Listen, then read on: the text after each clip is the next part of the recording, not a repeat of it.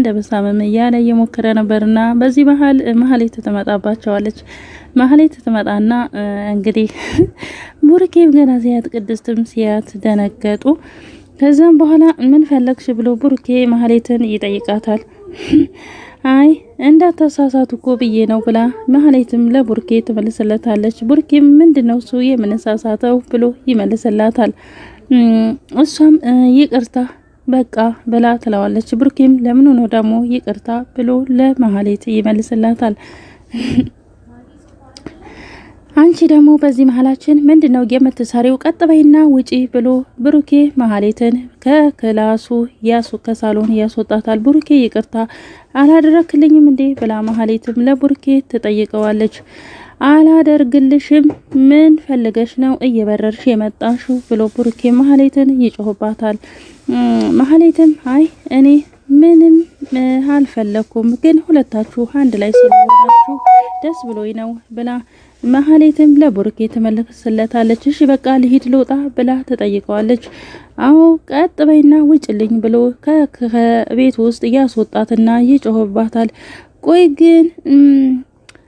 ቆይ ግን እኔ እንዴት ነው የሚሻለኝ ብሎ ብሩኬም ለቅድስት ይላታል። ቅድስትም እንግዲህ በጣም ትጨነቃለች። እኔ እኮ ግራ ነው የገባኝ ብሎ ብሩኬ በጣም በመሀሌት ይናደድባታል። ቅድስትም በቃ አንተ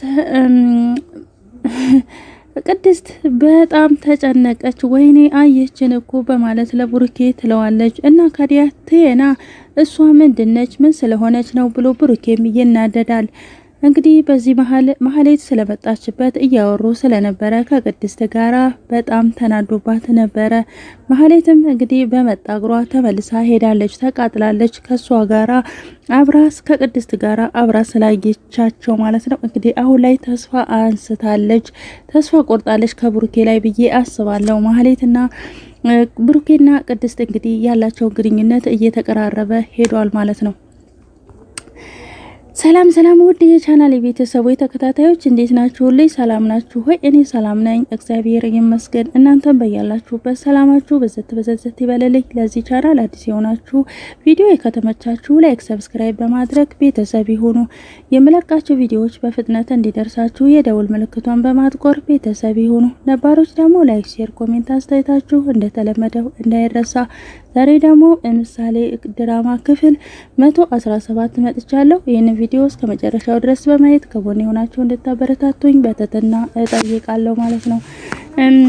እንግዲህ ዳጣ እና ይሄ ማነው ስሙ የሚባለው የዚህ ልጅ ስም ደግሞ አያዝልኝም፣ ይቅርታ አድርጉልኝ። ከሱ ጋራ ቁጭ ብላ እንግዲህ ደውሉላት፣ ዳጣ ጋር ደውሉላት። ቆይ ለምንድን ነው እኔ ጋር ምን ፈልገህ ነው የምትደውልልኝ ብላ ትጠይቀዋለች። እሱም ናፍቀሽኛል እኮ ነው፣ አንዳንድ ጊዜ እኮ ትናፈቂያለሽ ብሎ ይመልስላታል። ሲጀመር እኮ እኔን የመሰለ ልጅ ዝንጀሮ የለም እያለ ትለዋለች። ዳጣም ቆይ ግን ያ ጠባቃ ሚስቱን ሊያጫውት የነበረው እያለች ብላ ትለዋለች። ቆይ ግን እና ካዲያ ለምን ኮሚሽን ለምን አትከፍልኝም ብሎ ይላታል። ቆይ አንተ ግን ካለ ኮሚሽን አትንቀሳቀስ ማለት ነው ብላ ዳጣም ትመልስለታለች።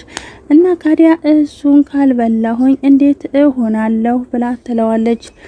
አለቁኑ እናንተ እቤት ውስጥ ውሰጂኝ ብሎ እሱም ይጠይቃታል። ደግሞ እዛ እኔ ቤት ምን ልትሰራ ነው ብላ ዳጣም ትመልስለታለች።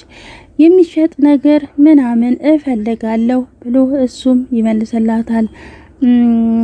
ቆይ እህት ትገዛለህ ብላ ዳጣም ትጠይቀዋለች። አንድ የምታቃጥል እህት አለችኝ ብላ ትለዋለች። ቆይ ግን እሺ እንዴት ናት? ቆንጆ ናት? ታምራለች? ቦይፍሬንድ አላት ብሎ ልጁም ይመልስላታል። ጸባይዋስ እንዴት ነው ብሎ ይላታል። ቆይ ልትገዛት ነው ማለት ነው ብላ ዳጣም ትጠይቀዋለች። ኧረ እኔ አገናኛት አለሁ የሚገዙ ሰዎች እኮ አሉ፣ ይሄንን አታቂም ብሎ ዳጣን ይጠይቃታል። ቆይ ግን ሰዎች የሚገዙት ምን ሊያደርጓቸው ነው? ሊያተርፉባቸው ነው ወይስ ሊነግዱባቸው ብላ ትላለች። እንዲህ በየግቢ ቤት ውስጥ የታሰሩ ቤተሰቦች አታቂም ብሎ እሱም ይላታል። ዳጣም አሁን አቦጌለሽን ብትገዛት አንተ ማነህ? ለምንድነው የገዛኸኝ? ለምንድነው እዚህ ያመጣኸኝ? ለምንድነው እዚህ ምን እያደረግኩ ነው? እያለች ምን እያለች ስታስጨንቀው ከዛ በኋላ እሱ እንዴት ነው የሚሸጣት እያለች እንግዲህ ከልጁ ጋራ እየተጫወተች ዳጣ ትገኛለች ማለት ነው። በስለት ያገኘዋቸው እህቶቼን እና በስለት ያገኘዋቸው እህቶቼን ከምሸጥ ብሞት ይሻለኛል እያለች እንግዲህ ለልጁ እያጫወተች ትገኛለች። እናም ደግሞ ሞገስ ጠበቃው ሊከሰው ተነስቷል ብላ ታጫውተዋለች። እሺ እና ካዲያ ኮሚሽን አለው ወይስ የለውም ብሎ ልጁም ስለ ጥቅም ይጠይቃታል ማለት ነው። እንግዲህ ዳጣ ስለ ሞገስም ስለ እህቶቿም አንዳንድ ነገር እየተጫወተች ከልጁ ጋራ ትገኝ ነበረ። እዚህ ጋር ደግሞ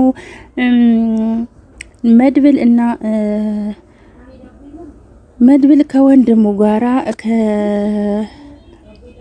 ቁጭ ብለው እየተጫወቱ እያሉ እንግዲህ ስለ ሙዚቃው ይጠይቀዋል ማለት ነው።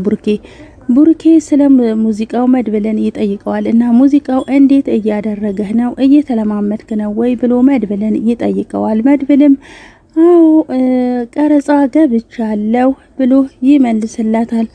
ሰው ሙዚቃ ሰርቶ ሲሰማ እንዴት ልክ በመጀመሪያ የተሰራ ነው የሚመስለው፣ እንዴት ድካም እንዳለው አያቅም እያለ መድብልም ለወንድሙ ለብሩኬ ይነግረዋል።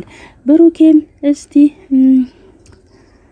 እስቲ ከተለማመድከውና አሪፍ ነው ከምትለው አንድ ዝፈንልኝ፣ እቺ ጭራቅ ቀኑን ሙሉ ስታቃጥለኝ ነው የዋለችው መድብል ብሎ ብሩኬን መድብልን ሙዚቃው ካወጣው ሙዚቃ ውስጥ አንዱን እንዲዘፍንለትና ዘና እንዲያደርገው ይጠይቀዋል።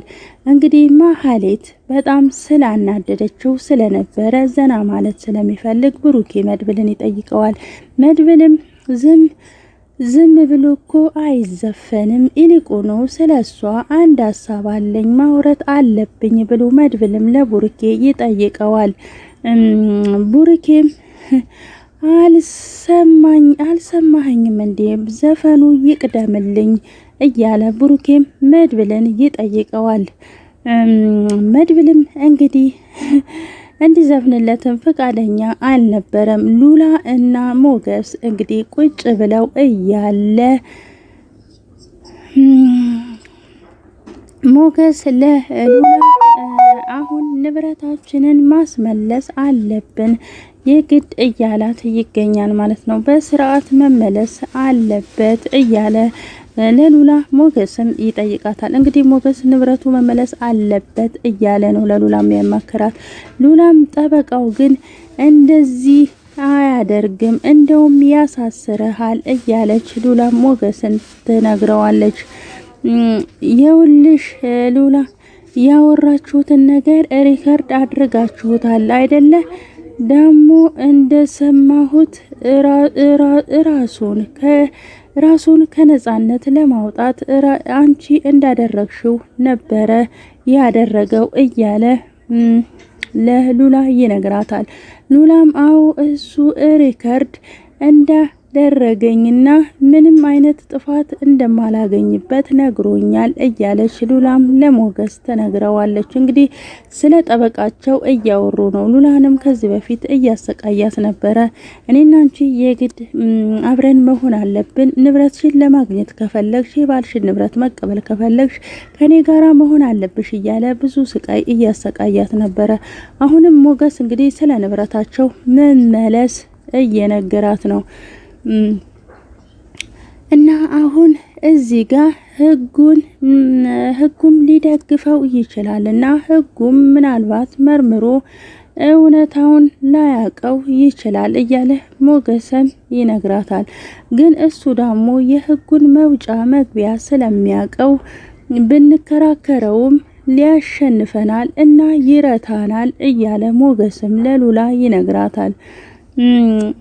እሺ ካዲያ አሁን ምንድነው ማድረግ ያለብን እያለች ሉላ ሞገስን ትጠይቀዋለች።